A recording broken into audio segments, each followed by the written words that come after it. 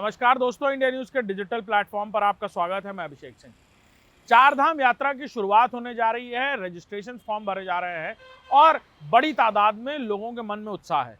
30 अप्रैल से यमुनोत्री और गंगोत्री के जो कपाट हैं वो खुलेंगे। केदारनाथ और बद्रीनाथ के 3 और 4 मई को खुलेंगे कपाट, और साथ ही साथ हेमकुंड साहब के 25 तारीख को। इन दिनों में ये कहा जा रहा है कि चार धाम की जो पूरी यात्रा है इसको लेकर लोगों को रजिस्ट्रेशन कराना था, लिहाजा 19 लाख से भी ज़्यादा बड़ी तादाद में लोगों ने रजिस्ट्रेशन कराए हैं। बद्रीनाथ और केदारनाथ की यात्रा जो मई में शुरू होगी, यानी 3 और 4 तारीख को जो कपाट खुलेंगे, उसको लेकर भी 3 से 4 लाख अलग अलग जो यात्राओं के लिए, बद्री और केदारनाथ की यात्रा के लिए लोगों ने अपने रजिस्ट्रेशन कराए हैं।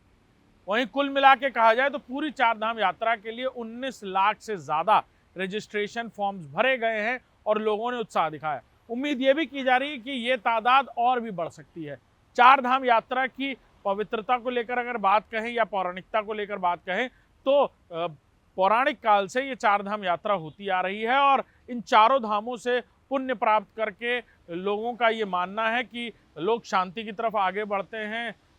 मन पवित्र होता है और बड़ी तादाद में जो बुजुर्ग लोग हैं वो भी इस यात्रा में शामिल होते हैं।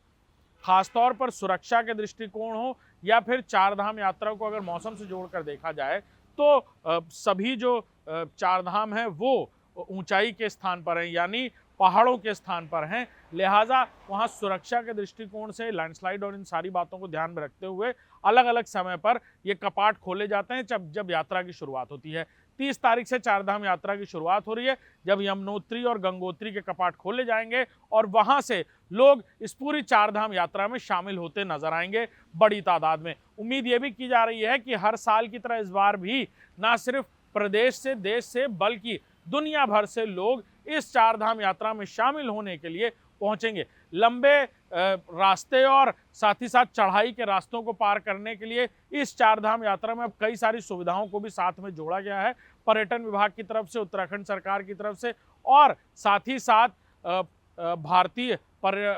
भारत सरकार की तरफ से जो पर्यावरण और पर्यटन विभाग है उनकी तरफ से भी कई सारे ऐसे इंतजाम किए गए हैं जिससे वहाँ की जो पौराणिकता और अलौकिकता है और साथ ही साथ जो पूरा इलाका है वो किस तरह पर्यावरण के लिहाज से जितना खूबसूरत है उसे और भी अलौकिक बनाया जा सके और वहाँ पर जो चारधाम यात्री आ रहे हैं उन्हें बेहतर से बेहतर सुविधा और पर्यटन को और बढ़ावा दिया जा सके, इसको लेकर भी कई सारे अलग अलग प्रोजेक्ट्स वहाँ किए गए हैं। चाहे वहाँ पर